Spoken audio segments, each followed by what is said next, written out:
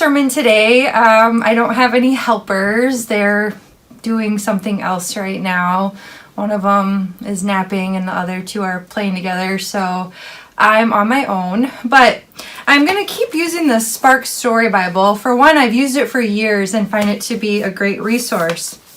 But for two, Spark House, the publisher, has given its rights, so it's copyright, for me to officially, legally be sharing its stories on the internet for people, children in particular, to be hearing and enjoying during this stay-at-home time. So there are lots of other things I could do, books I could read, but I think I'm going to stick to this as much as I can, or my own content if I feel it more appropriate, because just trying to follow the rules as closely as possible. I'm sure there's been some hiccups here and there, but when I learned that this last couple of weeks, for one, that's a really great thing for Spark House to say and do, but for two, it just helps me stay accountable. So our kids should have the Spark Story Bible. If they don't, I would encourage you to email me or call me, because Spark House also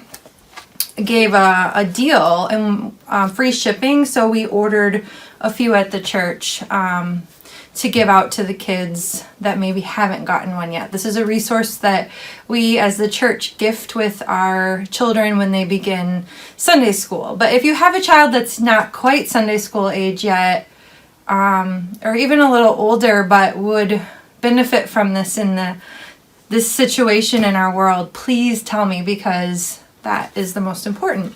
So, and one other thing I wanted to say as I was thinking about grabbing a helper is, those of you who have this Bible at home, if you and your family would like to read one of the stories and do our children's sermon for us, our virtual children's sermon, let me know. So I haven't taken the time to look ahead and see which stories and if they're in the Bible, but I will do that, and send me a message, again, an email, a phone call, whatever you prefer, if your student is a reader and would be up for reading it, or if your family wants to record, you reading it as a family to share.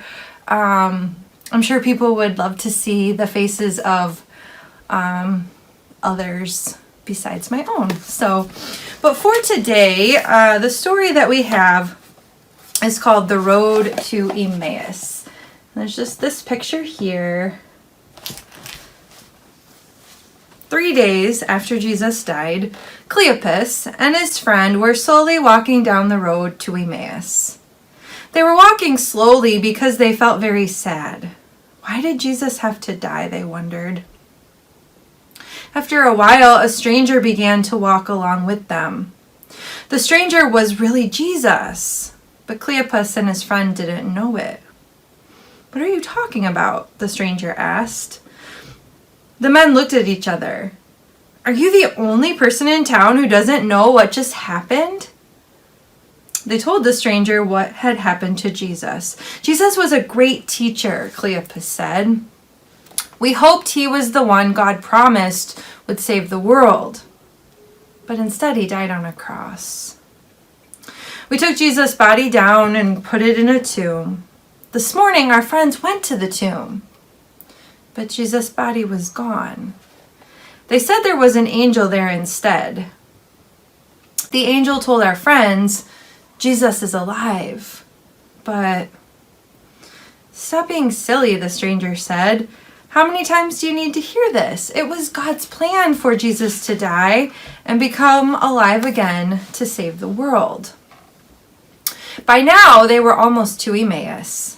Cleopas invited the stranger to stay for dinner. During dinner, the stranger picked up a loaf of bread, broke it, blessed it, and gave each man a piece. All of a sudden, Cleopas and his friend recognized the stranger. It was Jesus. But then Jesus disappeared.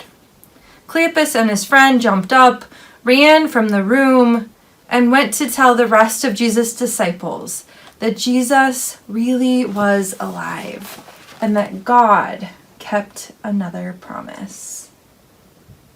think it's a super important reminder every single day of our lives. But especially right now, when we're stuck at home, when school's canceled and sports are canceled and activities are canceled, and we're just kind of scared about what might come next. It is such a special reminder that God keeps God's promises. And God promises that we'll be okay. So that is what I want my friends to remember this week. God keeps God's promises, and God will be with us always. If you would like to share a story, if you'd like to do a children's sermon, I would love to see it. So just let me know. Otherwise, have a great week.